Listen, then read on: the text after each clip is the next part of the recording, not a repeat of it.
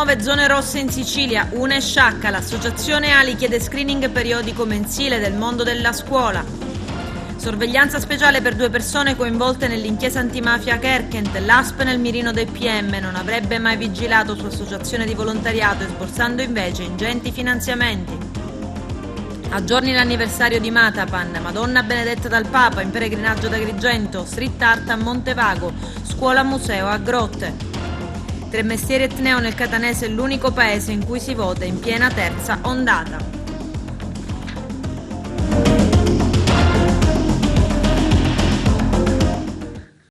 Bentrovati gentili telespettatori al nostro appuntamento con l'informazione. Altre 2 zone rosse in Sicilia, una è Sciacca nell'Agrigentino, l'altra è Regalbuto, mentre il bollettino dell'ASP di Agrigento segna altri 54 nuovi casi e un decesso, e da Palma di Montechiaro l'appello del sindaco a non uscire di casa. Il nostro direttore Arturo Cantella. Al via la zona rossa anche per altri 2 comuni della Sicilia. Si tratta del comune di Regalbuto in provincia di Enna e di quello di Sciacca nella nostra provincia. L'ordinanza entrerà in vigore domani 18 marzo e sarà valida fino al prossimo 30 compreso. Il provvedimento prevede anche la chiusura delle scuole ed è stato richiesto dagli stessi sindaci a causa del repentino aumento dei contagi. E dopo un anno anche il comune di Palma di Montechiaro, guidato dal sindaco Stefano Castellino, ha visto un aumento repentino di casi avvenuto nelle ultime ore e che per molti di loro si è riscontrata la variante inglese ancora più pericolosa nella velocità della diffusione del contagio. Da qui la zona rossa dichiarata. Dopo un anno, con il nostro grande rammarico, ci ritroviamo qui a dover parlare di zona rossa e continuare a parlare di emergenza Covid che, nonostante l'errata percezione di molti, non è mai cessata da un anno a questa parte.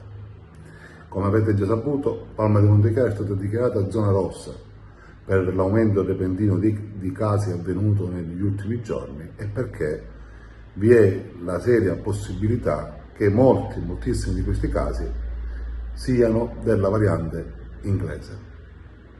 Ciò ha allarmato non poco il sottoscritto e l'ASP che ci è stato a fianco in questi giorni con il loro supporto tecnico, scientifico e medico e che ci ha portati poi a valutare insieme alla Presidente della Regione la possibilità della dichiarazione di zona rossa che, come sapete, è avvenuta pochissime ore fa.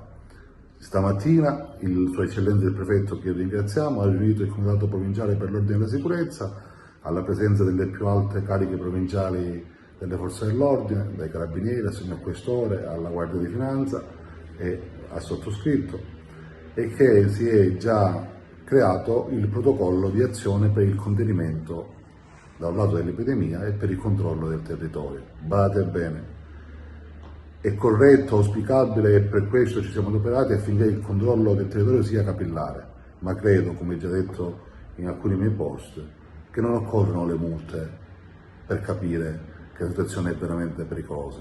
Non serve qualcuno che ci multi per ricordarci di voler bene a noi stessi e ai nostri cari. Basterebbe il buonsenso, il senso civico e l'amor proprio. E questo è l'appello accorato che il vostro sindaco vi fa in questo momento. Rispettiamo tutte le precauzioni, utilizziamo tutti i dispositivi e soprattutto non usciamo di casa se non strettamente necessario. È assolutamente vietato uscire di casa e lo so che è pesante sentirselo dire dopo un anno. Lo so bene quanto siamo stremati da questa pandemia e dai divieti e quanto stiano soffrendo le attività commerciali del nostro territorio. Ma solo se rispettiamo noi tutti le regole potremmo al più presto, che non sarà prestissimo, ma al più presto ritornare alla normalità. Ma se continuiamo a far finta di nulla, saremo complici e colpevoli di questo terribile virus. E io sono convinto e sono orgoglioso di essere il sindaco di questa comunità, grazie alla volontà di Dio e all'onore che il popolo mi ha tributato. Ma sono convinto che Palma, la comunità che orgogliosamente rappresento, che amo e che vivo quotidianamente, anche questa volta dimostrerà il suo valore e daremo a noi stessi e a chi ci guarda una lezione di civiltà.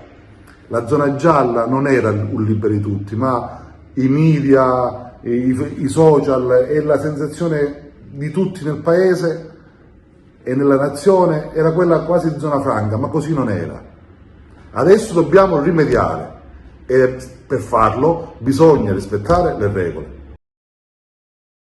L'associazione Ali Autonomie Locali Sicilia, tramite il presidente Francesco Cacciatore, sindaco di Santo Stefano Quesquina, con una nota inoltrata alla presidenza della regione, all'assessore regionale Razza, ha chiesto di organizzare un servizio di screening degli studenti, del personale insegnante, degli ATA e del personale amministrativo delle scuole medie e superiori con periodicità almeno mensile, e che nelle more dell'organizzazione del servizio di screening siano messe a disposizione dei comuni le necessarie risorse per rendere immediatamente operativo tale servizio a livello comunale. A partire dal 5 marzo, si legge nella nota, milioni di adolescenti italiani sono andati a scuola in presenza per non più di 3 settimane. La chiusura fisica delle scuole danneggia i bambini, i ragazzi e adolescenti. Sono aumentati i casi di malessere psicologico, ansia, disturbi del sonno, regressione, comportamenti a rischio.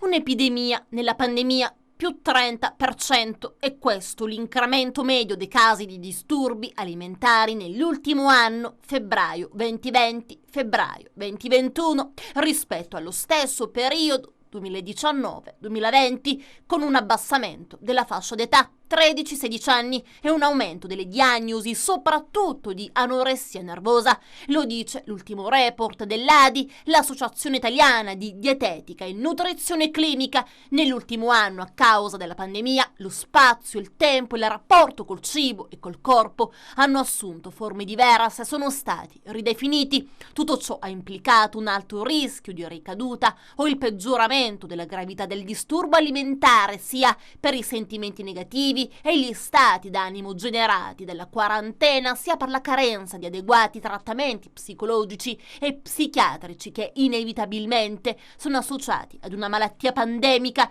L'appello arriva 2 giorni dalla Giornata Nazionale del Fiocchetto Lilla 2021, dedicata alla lotta contro i disturbi del comportamento alimentare. A detta degli esperti psicoterapeuti, il disturbo colpisce anzitutto i più giovani. I dati relativi all'aumento di casi di disturbi alimentari post-lockdown da febbraio a maggio 2020 del 30% in bambini e preadolescenti è certamente allarmante. Le persone che nel nostro paese soffrono di disturbi del comportamento alimentare sono circa 3 milioni, di cui 2,3 milioni sono adolescenti. Le patologie di questo tipo emergono in prevalenza tra i 12 e i 25 anni, ma ultimamente l'età di insorgenza dell'anoressia nervosa si sta abbassando. Se è vero che oltre il 95% di chi soffre di questi disturbi di sesso femminile, il fenomeno dell'anoressia nervosa non esclude di certo i ragazzi. Durante la pandemia la situazione è stata complicata anche dal ridotto accesso alle cure, con centri chiusi, meno disponibilità e possibilità di seguire i pazienti in presenza, un meccanismo abbastanza comune dato dalla limitata possibilità di camminare ed esercizio fisico, che può accrescere la paura dell'aumento di peso.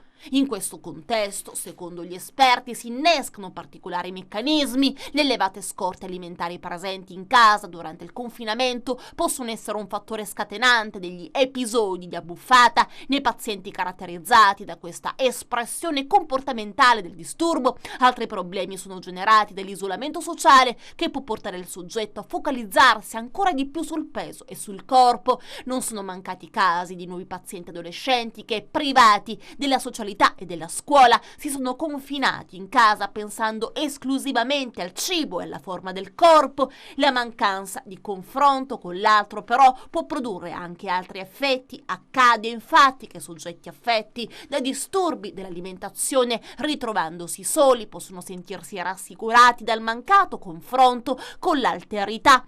E questo può portare a strategie di evitamento sociale e creare un ostacolo importante al miglioramento del funzionamento interpersonale, fondamentale per ridurre l'eccessiva valutazione del peso, della forma fisica e del loro controllo. Il confinamento inoltre porta con sé un'obbligata e prolungata convivenza con i familiari, che può innescare o accentuare le difficoltà interpersonali che possono contribuire al mantenimento del disturbo dell'alimentazione. Questo accade soprattutto in contesti familiari difficili, difficili. La ricorrenza dell'ormai trascorso 15 marzo nasce da un padre, Stefano Tavilla, che ha perso la figlia Giulia di soli 17 anni a causa della bulimia proprio in questo giorno. Il problema sta di frequente nelle relazioni primarie, di fame d'amore, che spesso deriva da madri che fagocitano, chiamate anche mamme coccodrillo, o che al contrario sono assenti per i propri figli. I traumi c'entrano e delle ricerche hanno appurato delle connessioni, per esempio, con abusi di tipo sessuali.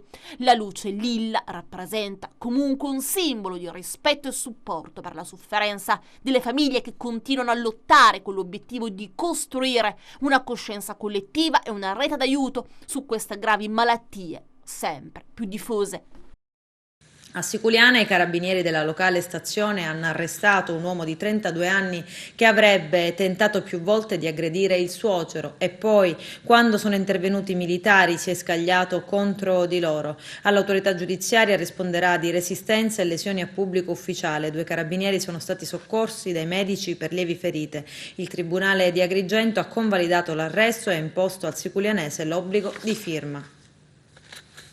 I carabinieri della stazione di Campobello di Licata, insieme ai colleghi della compagnia di Licata, hanno avviato le indagini su un episodio incendiario verificatosi la scorsa notte in un'abitazione di proprietà di una 60enne impiegata, in cui risiede anche il figlio, impiegato pure lui. Qualcuno, approfittando del buio della notte, ha cosparso il pianerottolo della casa con del liquido infiammabile, appiccando il fuoco. Ad accorgersi delle fiamme è stata la famiglia. Svegliatasi, ha chiamato aiuto. Le fiamme si sono comunque autoestinte. Sul posto i carabinieri che hanno avviato le indagini. Ancora poco chiara la dinamica dei fatti e il motivo. Sorveglianza speciale a carico di 2 persone, una di Agrigento, l'altra di Porto Empedocle, inquisite nell'ambito dell'inchiesta antimafia e non solo, cosiddetta Kerkent, ritenute socialmente pericolose. Il nostro direttore Arturo Cantella. Il Tribunale di Palermo, sezione misure di prevenzione, su proposta del questore di Agrigento Rosa Maria Raci, ha emanato 2 decreti di applicazione della sorveglianza speciale di pubblica sicurezza a carico di soggetti ritenuti socialmente pericolosi e sono stati raggiunti dai provvedimenti di prevenzione GE di 55 anni di Agrigento e CA di 49 anni di Porto Empedocle. Nel marzo del 2019 entrambi sono stati tratti in arresto nel corso dell'operazione Kerkent condotta dal personale della DIA, Direzione Investigativa Antimafia di Agrigento, per associazione mafiosa finalizzata al traffico di stupefacenti. Il Tribunale di Palermo ha ritenuto ora che dalle indagini effettuate si evince il pieno inserimento di entrambi i soggetti nell'attività delittuosa svolta nel lucroso settore criminale degli stupefacenti, nonché la loro intranietà all'organizzazione criminale che era stato costituita allo scopo il cui vertice era rappresentato da Antonio Massimino, già condannato in via definitiva per il reato di cui all'articolo 416 bis del Codice Penale. Entrambi i soggetti raggiunti dalla misura della sorveglianza speciale di pubblica sicurezza con obbligo di soggiorno intrattenevano relazioni criminali con personaggi che hanno operato o fanno parte di un contesto mafioso. Il Tribunale di Palermo ha ritenuto così, accogliendo la proposta del questore Raci, che il GE abbia svolto un ruolo centrale all'interno della consorteria criminale e che il CA abbia svolto un ruolo nello smercio di stupefacenti e che entrambi siano soggetti socialmente pericolosi. Volontariato e soldi pubblici, l'inchiesta si allarga, la procura punta all'ASP di Agrigento. I dettagli nel servizio. Il sequestro preventivo di quasi 4 milioni di euro alla Sicania Soccorso, associazione no profit di volontari accusata di aver incassato soldi pubblici e di averli dirottati su una ditta individuale, ha aperto scenari importanti sulla gestione dei contributi dell'ASP di Agrigento e sul loro utilizzo. La vicenda, scaturita da un accertamento fiscale della Guardia di Finanza e del conseguente rapporto giudiziario del dicembre 2017, potrebbe portare a nuovi sviluppi investigativi. L'attenzione della Procura Agrigentina della Guardia di Finanza si sposta adesso su chi avrebbe dovuto controllare la gestione dei soldi pubblici, cosa che, da quanto emerge, non sarebbe mai avvenuta. Nella richiesta di sequestro preventivo del procuratore capo Luigi Patronaggio e del sostituto Chiara Bisso, poi accolta dal GIP Francesco Provenzano, si palesa un passaggio che appare fondamentale. A fronte di ingenti finanziamenti da parte dell'ASP di Agrigento in 5 anni, tale azienda non ha mai controllato la documentazione di cui l'associazione Sicania Soccorso avrebbe dovuto essere in possesso per ottenere tali finanziamenti. E nulla nel tempo eccepito su una gestione visibilmente carente, il numero dei soci troppo ristretto per una finalità di volontariato e gravemente condizionato nella soggettività di essi, marito e moglie. Questo considerando che gli esborsi sono stati davvero enormi per una sedicente attività di volontariato e senza fine di lucro.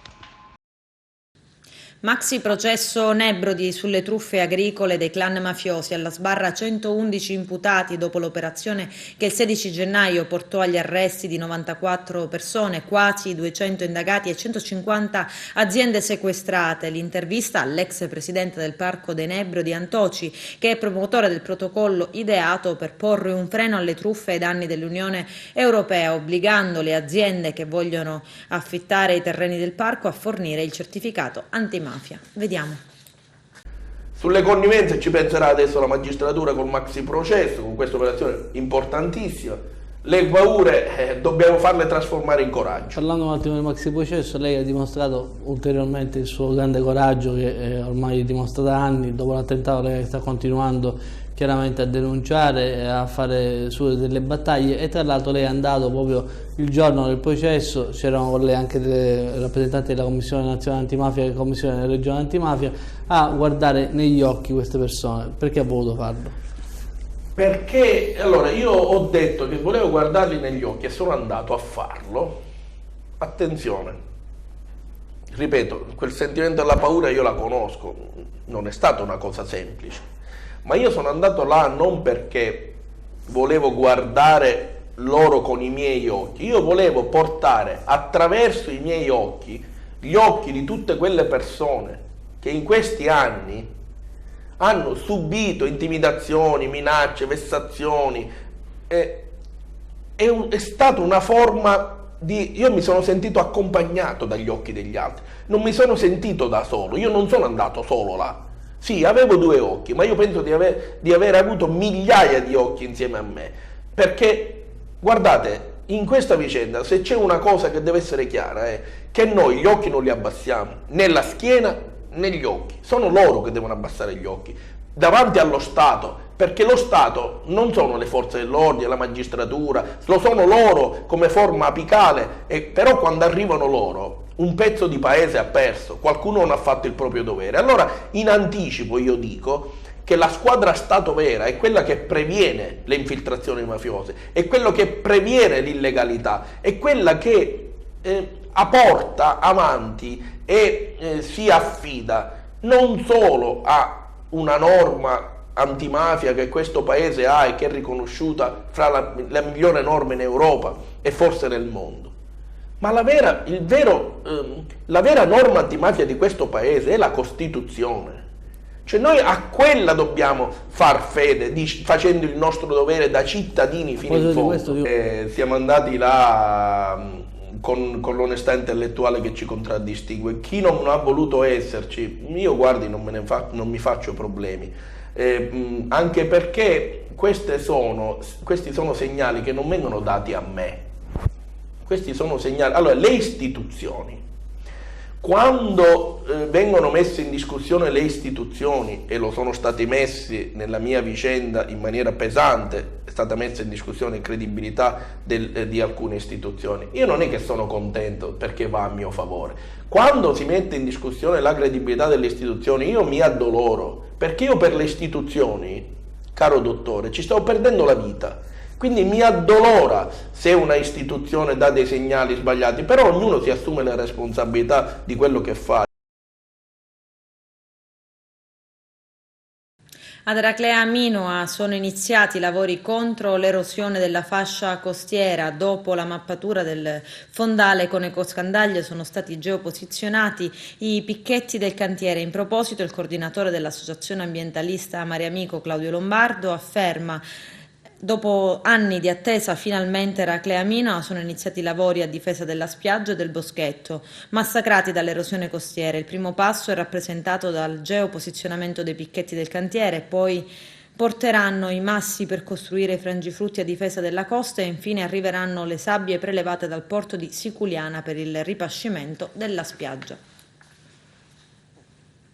Politica, Tremestieri e Tneo ha riconfermato il sindaco uscente, è l'unico comune italiano ad essere stato chiamato al voto durante la terza ondata di pandemia. Vediamo. Dov'è la notizia per la quale ci stiamo interessando, anche se siamo geograficamente, diciamo, all'opposto? Siete stati l'unico comune in Italia dove la popolazione si è recata alle urne in piena pandemia da coronavirus. Avremmo dovuto votare a maggio scorso, quindi stiamo arrivando quasi a un anno di rinvii. A settembre, quando si votò per il referendum, comunque l'Italia era in emergenza sanitaria. Noi rientrammo in una sessione di marzo per legge regionale, la Sicilia si trovava in zona gialla. Ma è pur vero ed evidente che un'amministrazione non può essere continuamente prorogata o avere rinvio ogni 2 mesi delle elezioni o ogni 3 mesi, perché ne va dell'attività, ne va della programmazione, ne va anche dello sviluppo della propria comunità, anche perché si respira un'area poi di incertezza o comunque di incertezza nella programmazione. Tutto questo ha una ricaduta sia sull'attività di investimento della propria comunità ma anche sull'attività sociale. Ritengo che oggi dobbiamo un attimino far fronte a questa emergenza sanitaria anche abituandoci un po' ogni giorno a rispettare tutte le regole previste durante il periodo dell'emergenza sanitaria come forma ormai quasi ordinaria.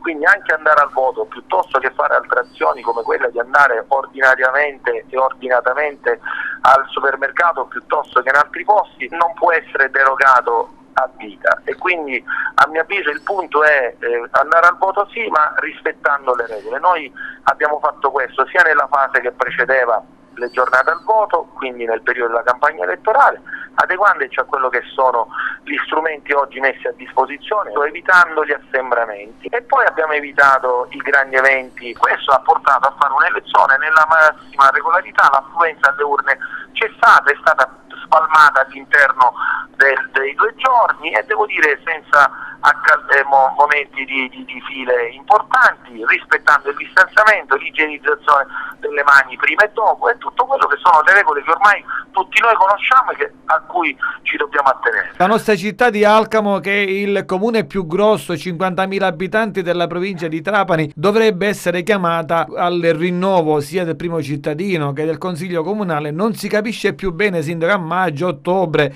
e come primo cittadino può ben capire la confusione in chi deve assemblare le liste. Come la vede da colui che esce proprio da una consultazione elettorale questa confusione che si fa verso l'elettorato? Quello che le anticipavo prima, che i rinvii comunque creano una difficoltà amministrative anche politiche. La gente ha bisogno di conoscere, continuare a vedere una data del voto democratico per dare il mezzo, che è l'unico mezzo della fiducia poi agli amministratori, slittata continuamente. Ripeto, la ricaduta è politica, possiamo dirlo serenamente, la ricaduta è anche sociale, ma ripeto anche economica, perché un'amministrazione non può lavorare solo a breve termine. L'amministrazione lavora nel medio e nel lungo periodo, soprattutto per quelle cose che poi risultano più strutturali, più funzionali per l'intera comunità, anche l'opportunità, ripeto, di programmare l'attività politico-amministrativa. Se non ci sono crisi di focolai importanti nei comuni, se il dato dei contagi è contenuto, noi attraversiamo un dato realmente contenuto perché abbiamo meno di 50 contagiati su una popolazione di quasi 21.000 abitanti, dico, se questo è un dato di contenimento, se c'è l'opportunità di poter votare nel rispetto delle regole, secondo me dobbiamo iniziare a pensare anche in questo periodo di emergenza sanitaria all'opportunità di andare al voto senza continui rinvii. Basti pensare che comunque nell'anno 2020-2021 ci sono state elezioni importanti non solo nei nostri paesi ma anche le presidenziali in America, piuttosto che in Polonia, piuttosto che in Bielorussia, e di recente fine gennaio, inizi febbraio addirittura ci sono state le elezioni in Portogallo. Voglio dire, se questo si può fare in altri stati, regolando tutto e attenendoci anche alla maturità dei nostri elettori che la sanno dimostrare al momento giusto, secondo me si può in condizioni di serenità andare al voto. Al comune di Porto Empedocle i consiglieri comunali del Movimento 5 Stelle Salvatore Ersini e Morena Cortelli si sono dichiarati indipendenti dall'amministrazione comunale e spiegano: in questi anni con sacrificio, dedizione e amore per il nostro paese abbiamo cercato di sostenere l'attuale amministrazione. Adesso a nome di una parte corposa del meetup locale esprimiamo il nostro disappunto per la gestione ambientale ed interna del sindaco in carica nei confronti della propria base e coerentemente ci rendiamo indipendenti dall'amministrazione. Giuseppe Todaro, presidente dell'Associazione Storica Sicil Storia di Porto Empedocle, socio dell'Associazione Nazionale Marinai d'Italia, ricorda la tragedia di Matapan. L'80° anniversario ricorrerà il prossimo 28 marzo. Vediamo.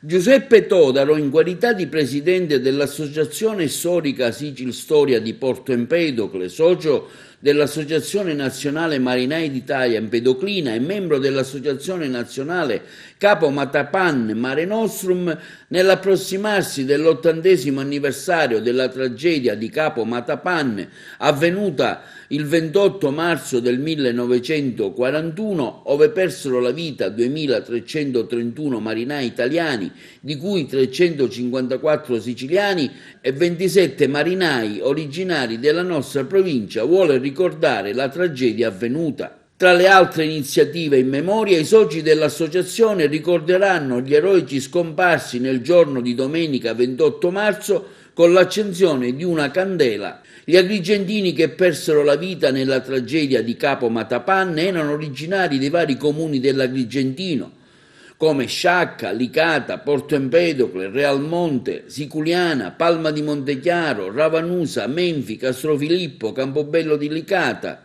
la nostra città.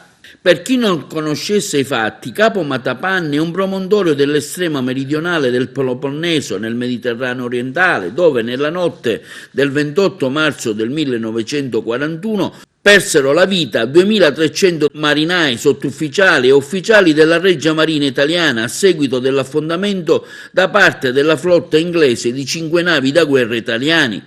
Gli incrociatori Fiume, Pola, Zara, i cacciatorpedinieri Carducci e Alfieri. Fu la più grave sconfitta navale in Mediterraneo durante la Seconda Guerra Mondiale per la Marina italiana, inflitta da un nemico comunque di grandissime tradizioni nel campo navale e sicuramente superiore per mezzi e tecnologie dell'epoca.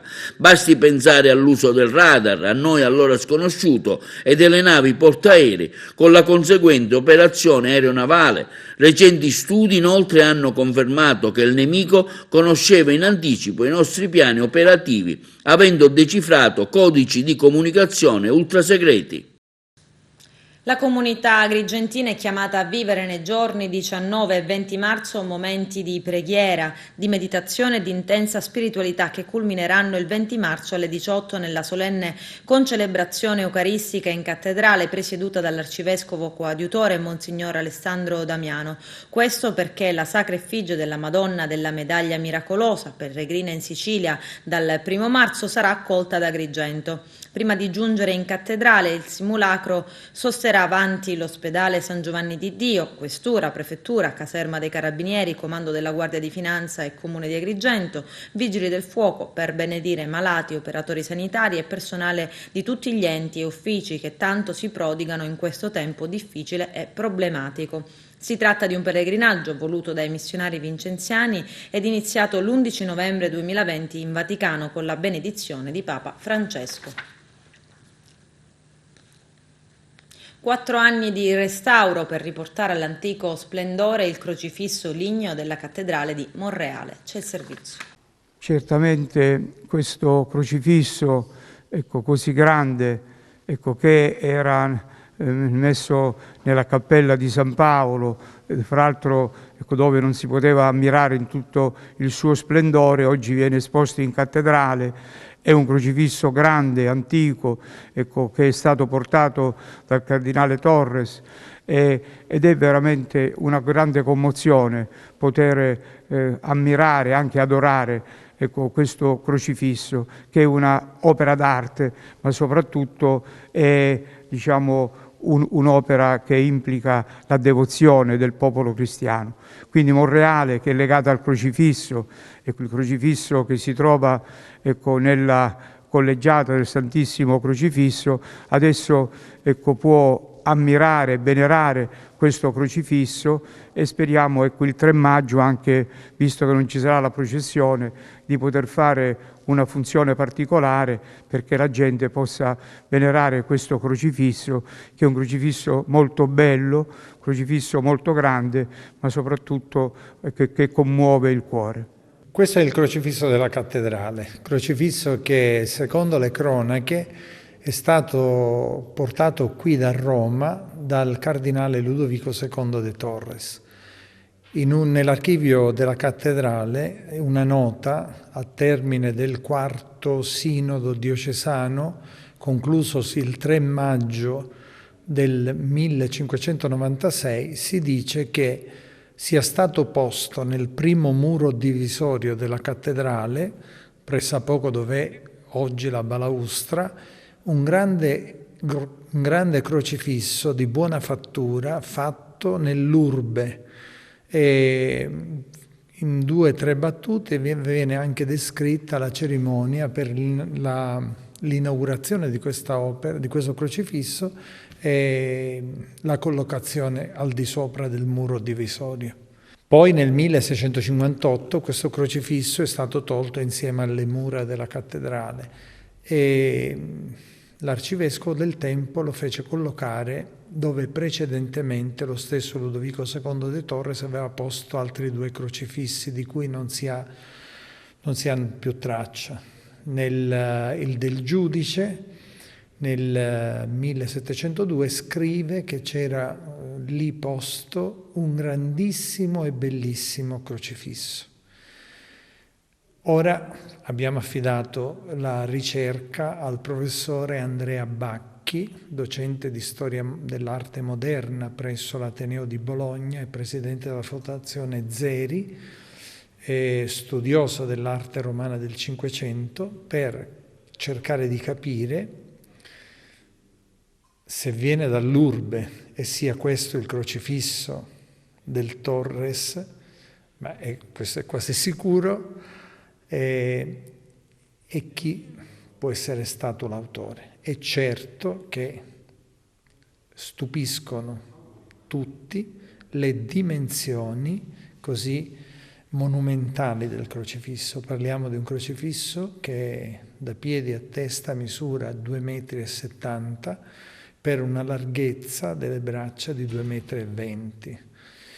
Questa misura così grande fa capire che deve essere per forza per l'aula grande della cattedrale, perché si perde, insomma. Nessuno mai l'aveva visto dal 1658 ad oggi, e nessuno sapeva di questo bellissimo perizoma o tovaglia che avvolge il corpo del Cristo, e anche di tanti particolari del volto che veramente suscitano profonda ammirazione e soprattutto devozione, perché malgrado la struttura così monumentale dell'opera, tuttavia suscita certamente devozione.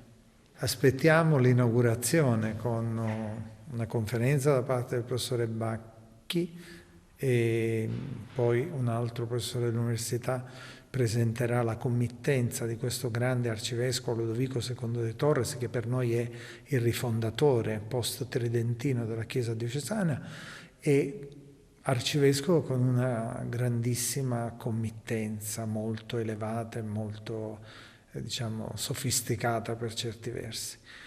E poi il crocifisso rimarrà altri mesi qui in cattedrale. Pensiamo di poterlo rimettere al posto, ma questo necessita di 2 grandi strutture, di 2 ponteggi perlomeno di 20 metri ciascuno per porlo lì a quell'altezza. Adesso la pubblicità, tra poco vi aspetto. Street Art a Montevago, nuove opere di Ligama arricchiscono il museo Open Air Percorsi Visivi, un tour tra i ruderi. Il nostro direttore Arturo Cantella. Street art a Montevago, nuove opere di Ligama arricchiscono il museo open air, percorsi visivi, un tour tra i ruderi del centro bellicino che ha lo scopo di far rivivere i luoghi del passato attraverso un linguaggio narrativo e contemporaneo, riconvertendoli al contempo in location ospitanti nuove forme espressive. Sentiamo in merito il primo cittadino, onorevole Margherita La Rocca Ruvolo. Continua ad ampliarsi il museo a cielo aperto che qui abbiamo voluto allocare nel vecchio centro di Montevago.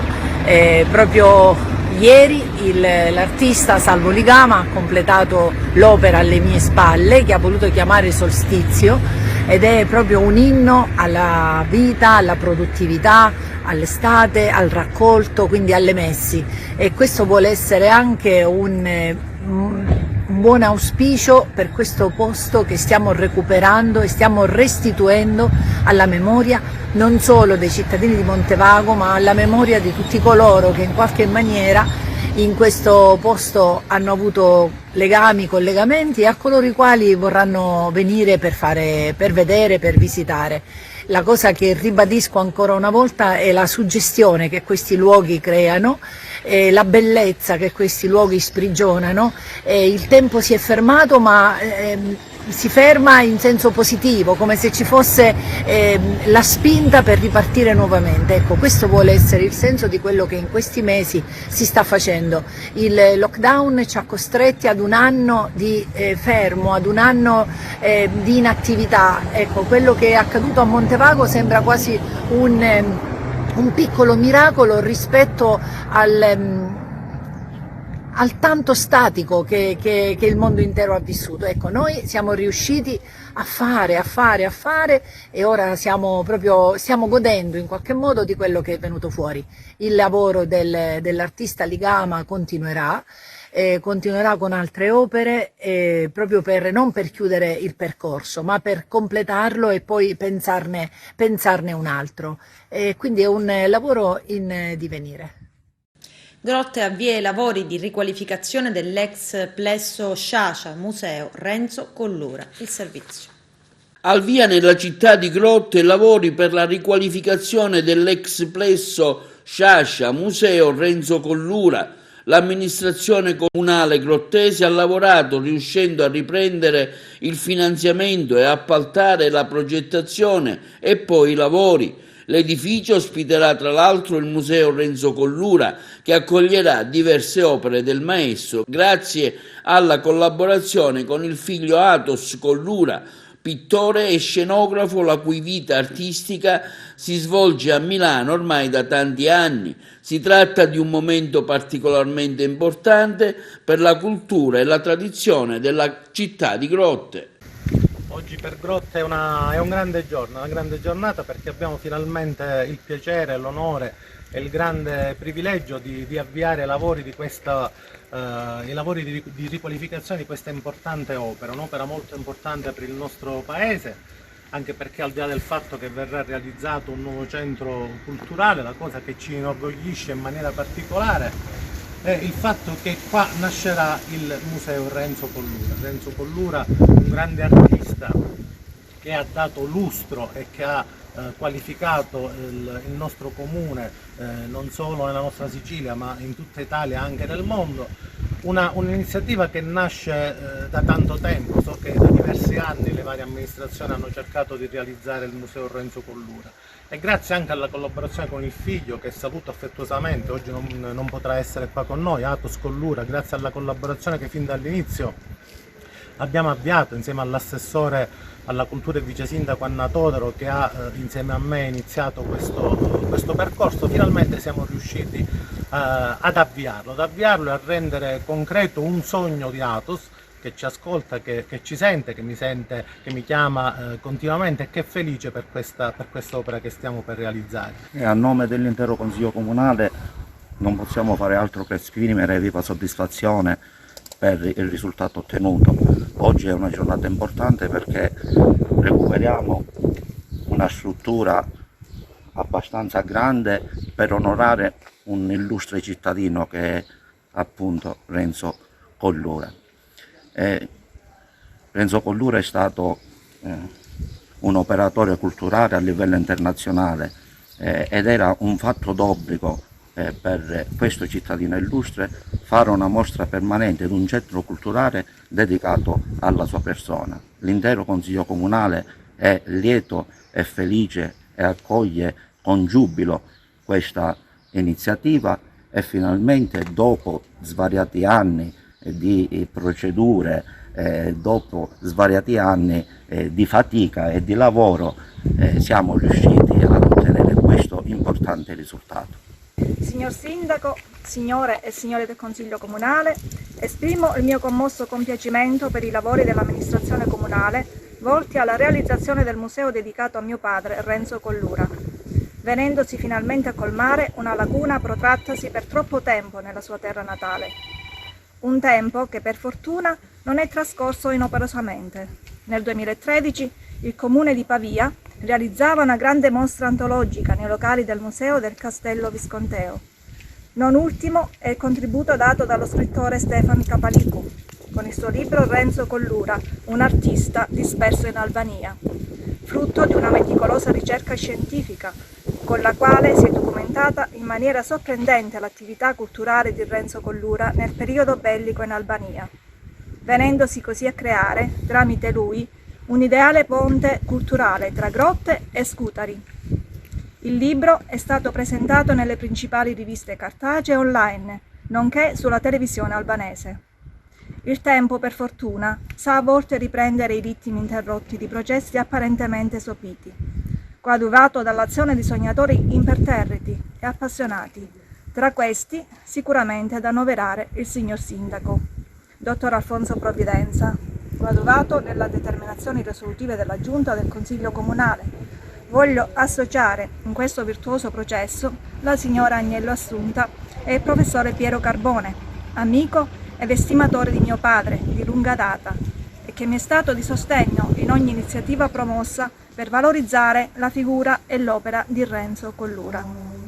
Ma in questa significativa circostanza vorrei lasciare la parola a mio padre, che in occasione di una delle tante iniziative culturali nel suo paese natio, quando era in vita, parla col cuore in mano mentre prefigura per Grotte un ruolo speciale, quello di centro dinamico di irradiazione culturale.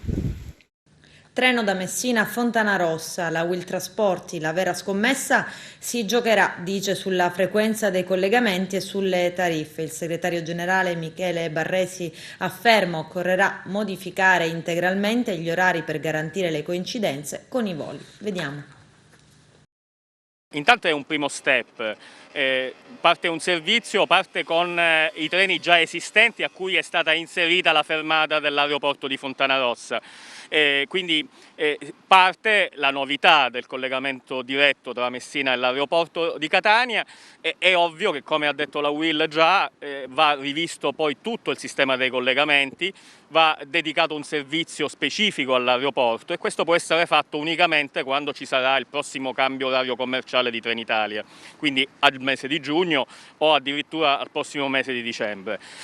Intanto però si parte perché l'infrastruttura è stata completata, cioè la stazione, ed è già ad oggi, sebbene i collegamenti debbano essere modificati in termini di sinergia, in termini di coincidenze con i voli, devono essere aumentati, però è un servizio che va testato.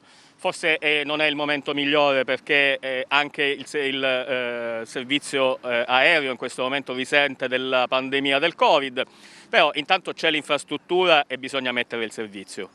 Tutto ciò in attesa anche del potenziamento, del rilancio di metroferrovia. Il discorso di metroferrovia è importante e determinante prima per la città e per la mobilità della città al suo interno e anche nell'ottica del servizio con l'aeroporto.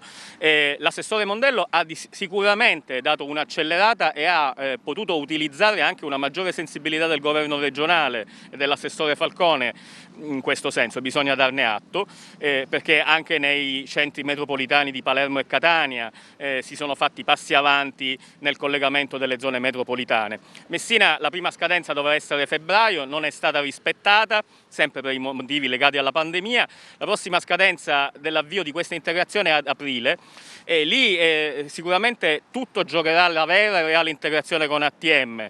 Le tariffe sono state già pubblicizzate e sono competitive, bisogna organizzare un servizio gommato che non sia un doppione della metro ferrovia in città, ma sia realmente un servizio a pettine che integri i due vettori e, diciamo, da un lato liberi il traffico gommato in città e dall'altro porti le persone sui treni, cosa che oggi non avviene.